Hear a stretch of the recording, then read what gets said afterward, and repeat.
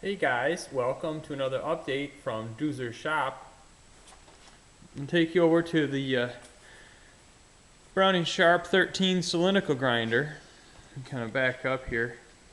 I got the column all cleaned up. This might be a little bit of an overlap from last time, but I wanted to take the time to show you the detail of where I'm at in case you guys, the same machine, are following on the cleanup. So the column was left out and got rusty. The whole machine might have got left outside for a brief period of time. And I cleaned all the rust off. You can see some of the staining. The bottom was where the felt wiper was. And you can see some of the rust staining from the where the oil passages were on the sliding head that goes up and down. But I got this all cleaned down, and I'll show you what I used. If I can, where is it there? My drill. Yep. I used a very fine 2-inch wire wheel at slow speed in my Milwaukee corded drill. And I've used steel wool and oil before. And this is such a fine wheel, and I'm using such light pressure that it's a lot faster, and it doesn't at all scar the cast iron surface. So that's what I got rocking with this here. Let's see if I can show you what I got here. And it has been wiped with phosphoric acid. I'll show you that real quick. And it puts a light coating on it of just it's almost like a white precipitate, and it protects it. Kind of show you. Prep and Etch, made by Clean Strip, is the acid that I use. The sliding part of the head, which the grinding spindle goes on, I got that all cleaned up. And that was pretty nasty also. This is a hollow casting, and it's not a big pocket, but there's pockets inside, top and bottom, and that's where the actual wheel head cartridge goes. Kind of kneel down here, and I'll let you see. Those passages are just oil reservoirs, I guess you'd say, and the felt goes in the around the ways there. And those little passages up top is where the cups are, the Gitz cups in the way cover. And once again, you can kind of see in there the dovetail area. The gib goes on that side. This is the sliding dovetail. The bronze nut. And I got this all cleaned out, and I got kind of see the bottom there. You can the passages for the oil, and the passages for the flat face. For the oil, they're little crisscrosses. They go up to the top passages, and you can kind of see where they just break over the corner. And I got I got some round files and some Swiss bent files, and I just kind of went through the whole thing and made sure those passages were free of any rust and debris and any casting sand irregularities. And I went with a Dremel tool. You can see this is all kind of like red oxide coated, and I took a lot of the casting flash out of the oil passages. And I just used my my Dremel tool. I got one of these, it's a cheap Ryobi brand Dremel type tool with the flex shaft. And this thing has really been good to me over the years. And I'll just kind of show you just a round high-speed steel burr. Maybe it's even carbide, I don't know. I think it's high-speed steel, like a little flame shape, teardrop shape. Just to go over and smooth the casting is what I used on that. So that's the part that goes up and down. The cartridge for the spindle. Here's some of the pieces.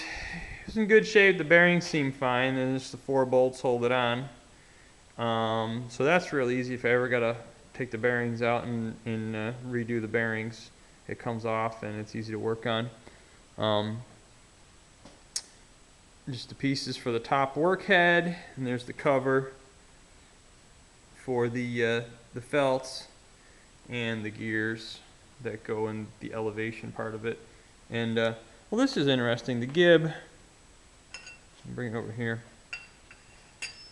No, you can't see it. The gib that goes in there in these crisscross T-shaped there you go.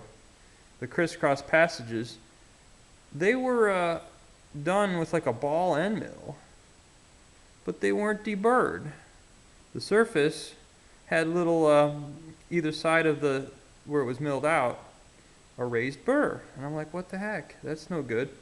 I don't know why they would have built it like that. So I stoned it down with an Arkansas stone, or an India stone rather, and got it all deburred, and you can kind of see the scraping is still phenomenal. So I'm getting ready to put it back together. Of course, the elevation screw is very good shape. Everything's good shape. This thing's really ready to go. I wanted to show you the column again I got hanging up. This is the bottom, and it had a light coating of rust and grunge and everything. And I just got it hanging up on my chain hoist, my chain fall. There's a soft plug in the bottom. I'll show you that. It used to have, there you go, a plastic plug, and it's such a cheap, chintzy 3-cent. Didn't even really seal in there. And the reason the plug is in there, because I know it's a casting and it's a core and everything. I got this at Napa. This is a 2-inch freeze plug, soft plug, whatever you want to call it. It was like $1.79. For that much, I'm going to put a real steel plug in there. And actually, the reason that that is plugged is because oil that drips down the lead screw, which is what I showed you, oil goes in the top gearbox and drips down the lead screw, lubricates the bronze nut, and then it goes, you know, in this slot here and goes down into the bottom of the casting. Well, you can see there, which is above the soft plug, there is threaded, and there's a filter in there. And best I can tell, let me show you the filter. There's the plug, and there's a washer, and these two filter elements. I think that's just a piece of Scotch-Brite fibrous scouring pad cut out for a, it's like a little, it's even green like the non-abrasive stuff. So I cleaned that out, but I might cut a new piece of Scotch-Brite to fit in there. With the casting, I mean, I ran mineral spirits through it. Sorry if you can't. I'm assuming you can see with the camera.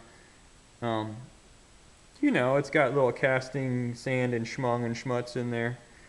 And I guess the idea is to keep the filtered oil, the oil that leaks down from the head and the screw and everything, to come through the filter, and then it kind of gets distributed when you swivel this for grinding end mills and what have you. And this is all flaked, and there's an oil passage and oil passage, just so the residual oil gets filtered or screened or whatever you want to call it, and then so it doesn't get chunks of nasty from inside the column down into this precisionally machined turret base. And we don't want any of the unfiltered oil from the column coming in. So this was for casting sand, core removal, I'm assuming.